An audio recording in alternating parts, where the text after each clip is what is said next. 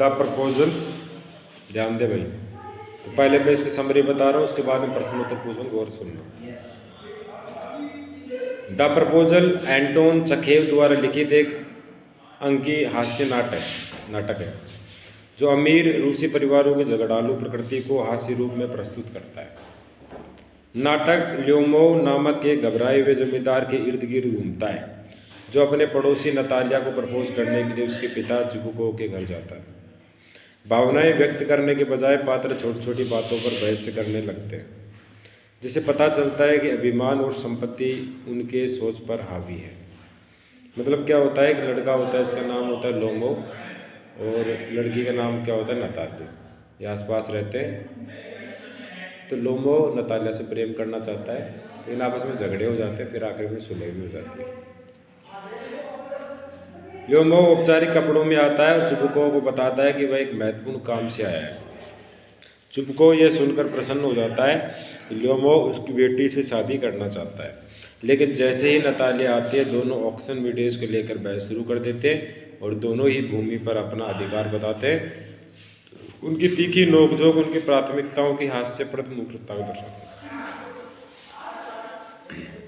लोमो आता है उस लड़के के घर के पास, उसको प्रपोज करते ब्याह करना है, लेकिन वो ज़मीन जायदाद का जिक्र छेड़ देता है।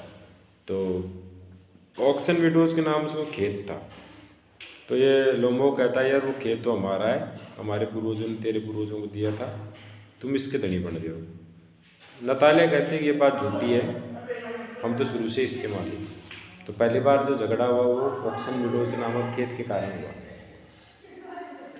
जैसे जैसे उनकी बहस बढ़ती जाती है और लोमो का स्वास्थ्य बिगड़ने लगता है, वह अत्यंत संवेदनशील है और उसे दिल की धड़कन तेज होने की समस्या है। जैसे चुबुको उन्हें शांत करने में सफल होता है, एक नई बहस शुरू हो जाती है, इस पर किसका कुत्ता बेहतर है, गैस या स्क्वीजर का। लगातार होने वाली बहसें यह दर्शाती है कि किस प्रकार तुच्छ बातें उनके वास्तविक जीवन पर भारी पड़ जाती है। अब वो एक झगड़ा तो शांत हुआ ही नहीं जमीन का, दूसरा जो कुत्तों वाला झगड़ा है ना वो शुरू हो गया। एक कुत्ते का नाम है स्क्वेजर, एक का नाम है कौन सा, गैस। तो एक अपने अपने कुत्ते की बड़ाई करते हैं, दूसरे कुत्ते की ये क्या है कमी निकालते हैं, तो झगड़े शुरू हो जाते हैं। अंत में तनाव में आकर लोमो बेहोश हो जाता है, जिससे नतालिया डर जाती है। चुबुको तुरंत उसे होश में लाता है, दोनों को प्रस्ताव स्वीकार करने पर मजबूर करता है। सगाई हो जाने के बाद भी ये जोड़ा बहस करना शुरू कर देता है, जो संकेत देता है कि उनकी झगड़ालू प्रकृति विवाह के बाद भी जारी रहेगी। तो ये झगड़ते झगड़ते लड़का बेहोश हो जाता है, बाप इसको उठाता है लड़की का और कहता है यार तुम आपस में ब्याह कर लो, सुखी रहोगी। प्रपोजल के लेखक कौन है, एंटोन चेखोव। उसके बाद ल्यूमोव चुबुको के घर क्यों जाता है, वो जाता है टू प्रपोज टू नतालिया को प्रपोज करने। What is the first topic of quarrel between Lomo and Natalia. Lomo और नतालिया की पहली बहस किस विषय पर होती है, वो होती है ऑक्शन वीडियोज के कारण। दूसरा, what type of play is the proposal, proposal किस प्रकार का नाटक है, ये अपना है वन एक्ट कॉमेडी। लोमो क्यों बेहोश हो जाता है, वो हो जाता है ओवर एक्साइटमेंट एंड स्ट्रेस के कारण। अब कुछ प्रश्न है कि व्याख्या कीजिए कि द प्रपोजल किस प्रकार हास्य के माध्यम से मानव कमजोरी को उजागर करता है। इसका क्या है कि द प्रपोजल हास्य का उपयोग करके लालच, अभिमान और अनावश्यक झगड़े जैसे आम मानव कमजोरियों को उजागर करता है। चेखव दिखाते हैं कि पढ़े लिखे और धनवान लोग भी मूर्खतापूर्ण व्यवहार कर सकते हैं जब उनका अहम और भौतिक स्वार्थ हावी हो जाता है।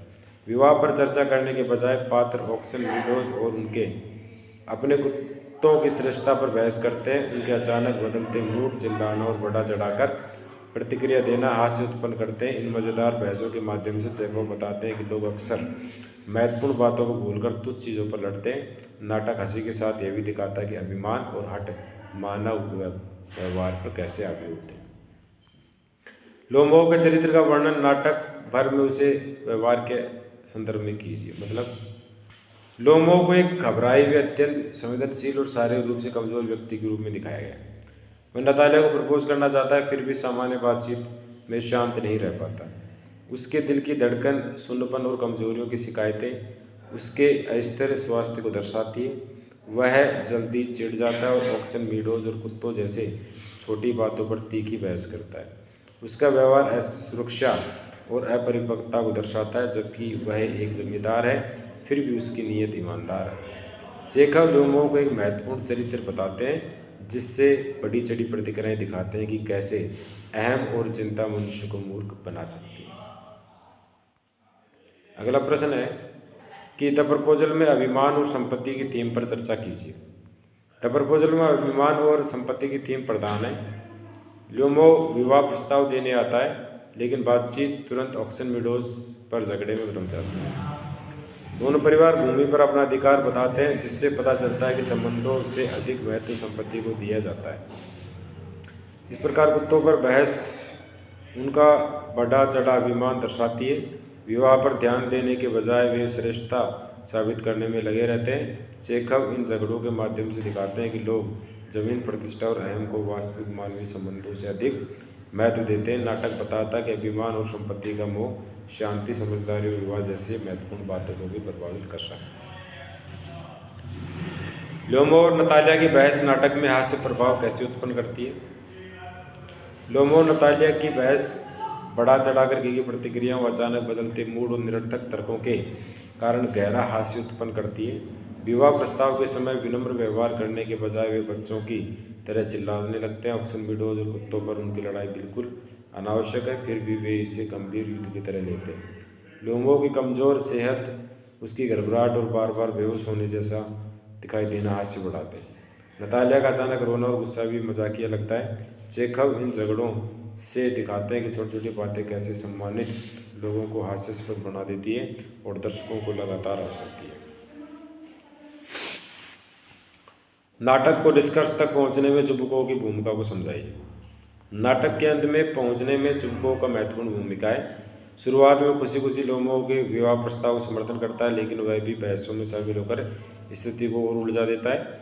जब तनाव के कारण ल्योमोव बेहोश हो जाता है, तब चुंबकों समझाता है कि मामले हाथ से निकल रहे हैं। प्रस्ताव को बचाने के लिए वह नतालिया और ल्योमोव को सदैव स्वीकार करने के लिए मजबूर करता है।